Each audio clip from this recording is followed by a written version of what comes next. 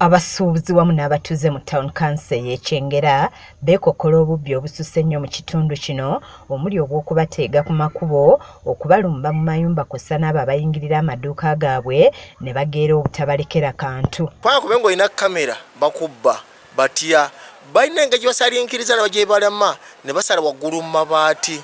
Mu mabaati abo bakola batya okukka wansi n'otobawulira ne batwala buli kantu konna ate kyewuunyisa bakujikatwala omulwana nga alige babbye bamuje no kukitanda ne bamuteka wansi omufaliso ne baguzinga ne blanket yamu ne bagutwala kuba nti Kyengera mulimu ebifo nga Soweto kati waliwo ekifo kye bayita Soweto mu Kyengera kiteebereza okubaamu abantu abanywa enjaga kati ennaku zino bagenda ne bakyokya kati essaawa zino tetumanya abantu abo bali luddawa. Okusookera ddala poliisi yandibadde eteekamu amaanyi okulaba nti erawuna n'okulaba nti abantu abo batalina mirimu abatalina kye bakola babaako engeri gye balondoola ekitundu.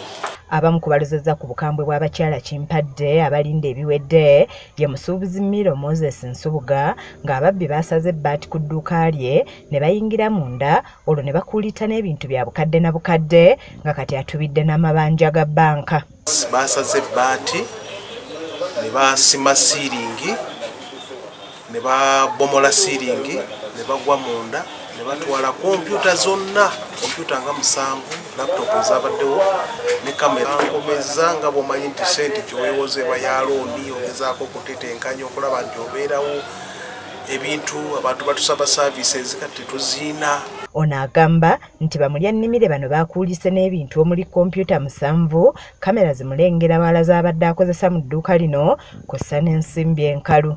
Buli kamera njibalamu obukadde nga buna za miliyoni nga 12 ne laptop 7 naye buli laptop njibalamu miliyoni nga namba z'okuba banzibye obukadde obuwera 30.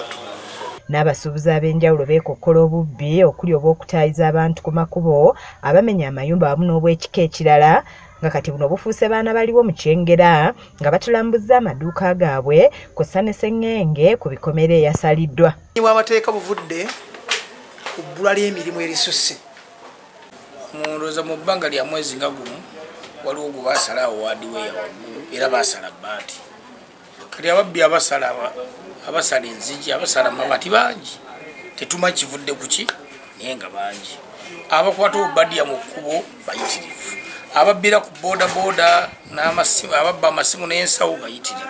Bawanjagidde poliisi okubayambako kuba obumenyi bw'amateeka bususse ne basaba n'enkola y'amayumba 10 ezzibwewo ku byalo.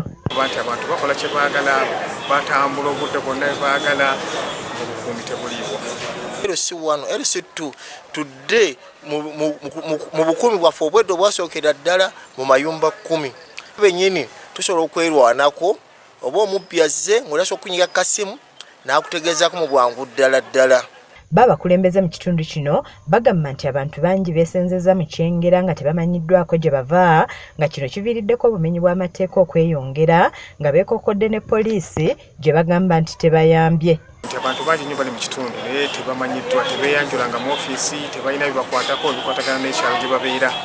N'ekyokubiri nti poliisi tekoze omulimu munene nnyo okutuwa obukuumi obumala tiwesanga nti n'abantu bakola bonna bye baagala naye nga tewaliwo okukuumibwa kwonna mu kitundu.